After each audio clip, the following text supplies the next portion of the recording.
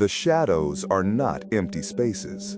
They are the domain of an ancient, jealous king. His name is Kael. His currency is silence. His treasure is power. And his heart, well, his heart is the only thing he has ever managed to successfully steal from the light. Maybe things were about to change. Her name was Elara. They called her the Queen of Scars, the Shadow's ghost.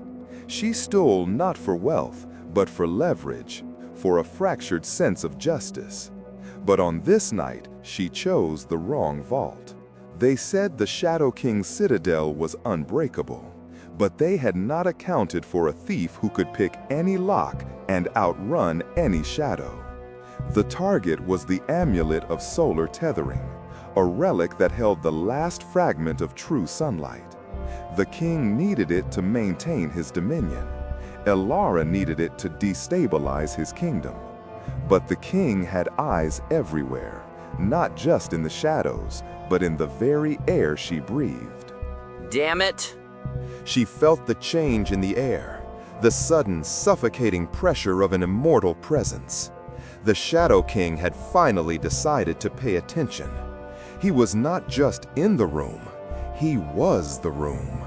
You have something of mine, little thief, and you have committed the single greatest act of defiance in my kingdom this century. That alone is impressive. Now, drop the light. I don't drop anything for a tyrant, especially not what I've already earned. You mistake possession for negotiation. You are mine now, little light, and what is mine is taken, not earned. The difference between them was not merely mortal and immortal. It was light and the consuming void. She was a flash of fire.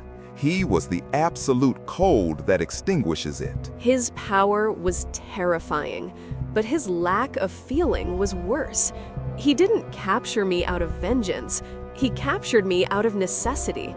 I was a variable he couldn't control, and the Shadow King despises anything that moves outside his pattern. You are mortal, yet you survived the Shadow Pass. You carry a unique warmth. Tell me, thief, how did a creature so fragile manage to breathe in my air? Curiosity is a human trait, King. Didn't your eternity teach you not to waste time on things you plan to break? Oh, I intend to break you, but only after I understand how you managed to evade my sight for so long. Rest now, little light. The real price of your theft has yet to be calculated.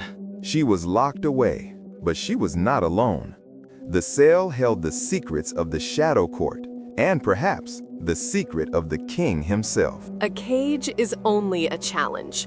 The bars were iron, but the silence was the real enemy. I needed to understand his patterns, his power, and his weakness. Every ruler has one. Kael's weakness had to be the shadows themselves. They were his power, but they were also his master. Kael wasn't just guarding his realm, he was battling the shadows that composed him. This was the curse, the source of his power and the root of his torment. He was the most powerful creature in the kingdom, but also the most chained. The great shadow thief was, himself, a prisoner. Weakness is leverage. Torment is distraction.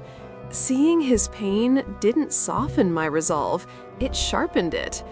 If I was the light that could break his prison, I had to escape before he could use me. I was nearly free. Foolish light. You didn't think I'd leave you unattended. You are the only thing that shines in this suffocating court. That artifact holds a piece of the sun, and you are its battery. You are my only connection to stability. If you leave, the curse consumes us both. Then let it burn. No, because that would be an ending, and you, Elara, are only the beginning of my eternity. Elara is trapped, now bound by the king's curse. What secret does the king hold that requires a mortal thief? Find out in Episode 2, The Taste of Forbidden Blood. Please subscribe to see more.